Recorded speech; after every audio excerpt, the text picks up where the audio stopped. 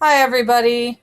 I'm in a different location today. I relocated because the fan's in here and it's super hot out on the porch where I usually record. Um, that's not to say it's not super hot here, too. It's super hot everywhere. I am just waiting for the rain to come and uh, break the humidity. So I'm going to make this as quick as possible so I can go stick my head in the freezer. Um, so, uh, Same deal as last week. Hope I saw you or will see you later today. Um, with discussing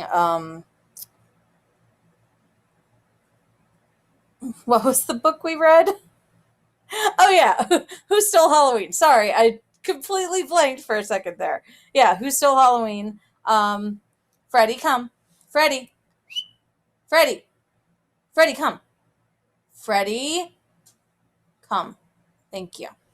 Yes. He's Freddie just got done with his his appointment with the trainer, so he's a little like, I don't want to do anything right now. So maybe he can go lay down and take a nap while we read the first chapter.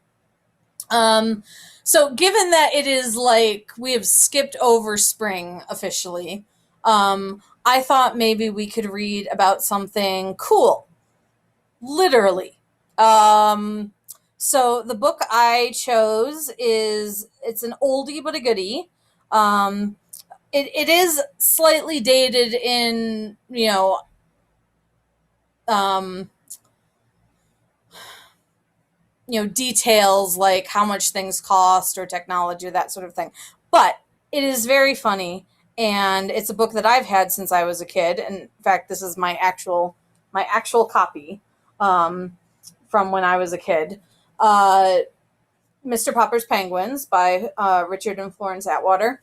There is a movie. I don't know if it's available on anything streaming like Hulu or Netflix, um, but you might be able to watch it. It has, I think, Jim Carrey as Mr. Popper. Um, so, what'd you get? What'd you get, Freddie? Is that Piggy? Yeah, he's got something. I'm not sure. So if you see random pink things flying, it's probably Piggy. Oh, yep, it is Piggy. Or you hear random squeaks. So he's just he's gonna entertain himself with the random squeaks. Hi. Hi. Yeah. Go lay down. Go lay down, Freddie. Um so hopefully we'll be able to get through this. Oh, crisis. Crisis. Of course, she had to pick the one squeaky toy that still has a squeaker. All right. Yeah, the first chapter is not horribly long. Um, I will read the first chapter to you, and hopefully you can cool down as you read it on your own, and then we can discuss it next week. So, without further ado, chapter one of Mr. Popper's Penguins by Richard and Florence Atwater. Chapter 1, Stillwater. It was an afternoon in late September. In the pleasant little city of Stillwater, Mr. Popper, the house painter, was going home from work.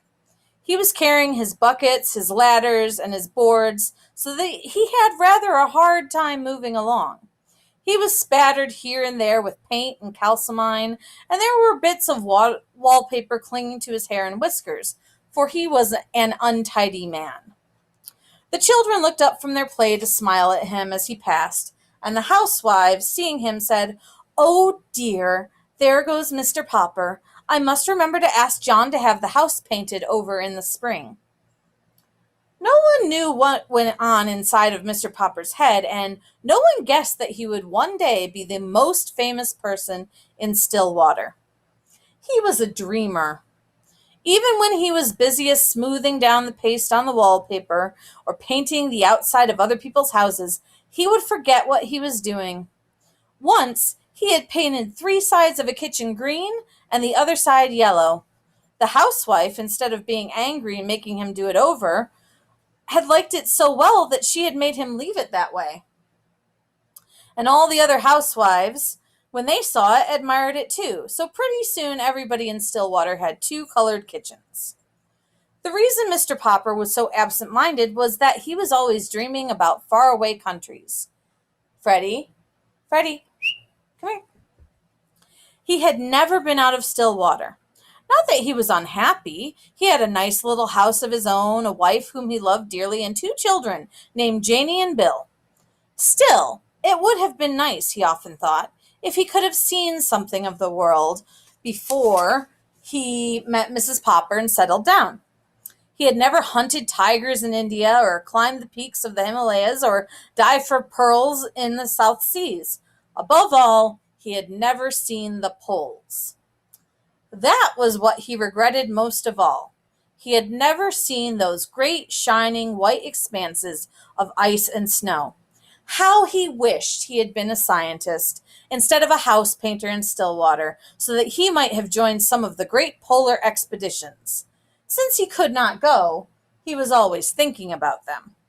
Whenever he heard that there was a polar movie in town, he was the first person at the ticket window, and often he sat through 3 shows.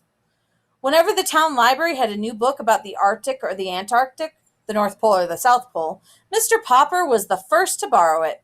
Indeed, he had read so much about polar explorers that he could name all of them and tell you what each had done. He was quite an authority on the subject. His evenings were the best time of all. Then he could sit down in his little house and read about those cold regions at the top and bottom of the earth. As he read, he could take his little globe that Janie and Bill had given him the Christmas before. Freddie, come.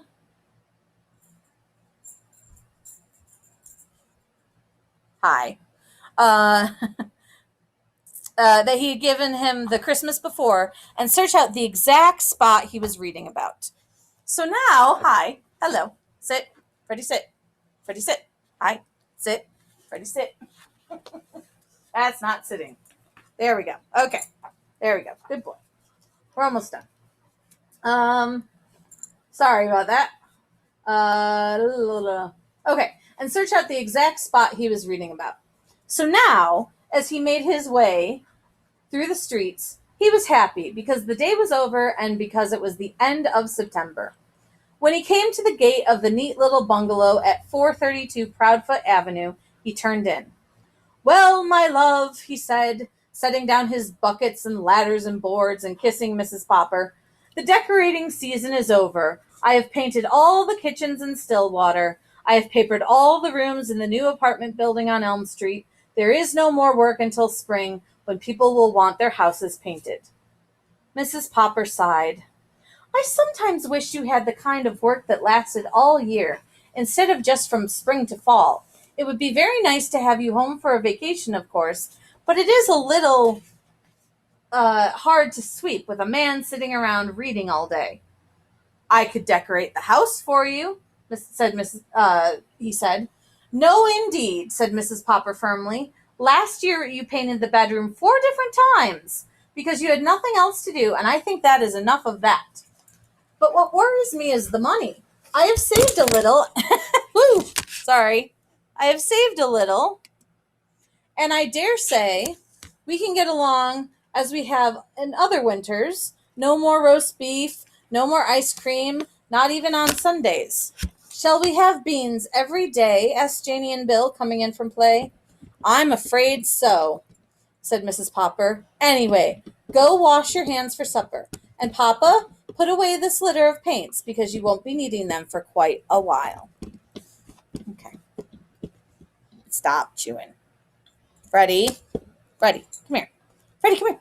Come here. Hi. Hi. Yes. Okay. So that's interesting. I don't know. Well, maybe I do. I know somebody whose husband is a construction worker, and he only works like half of the year, and then he goes on unemployment. I think that's how it works.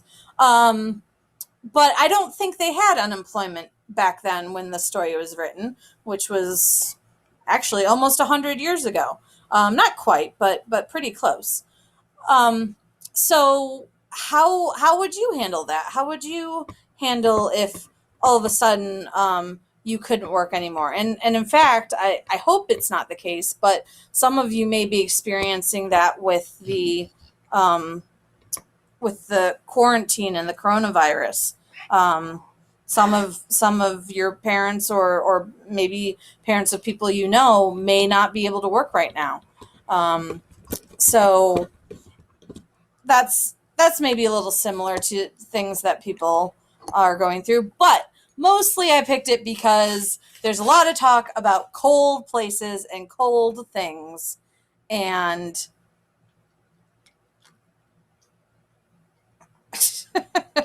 and Freddie is trying to eat my hairband. So I'm hoping this will chill you out a little bit. And Freddie and I are going to go take a walk before it gets super rainy, which I'm hoping is soon. So it cuts the humidity, and I will see you guys next week. Bye.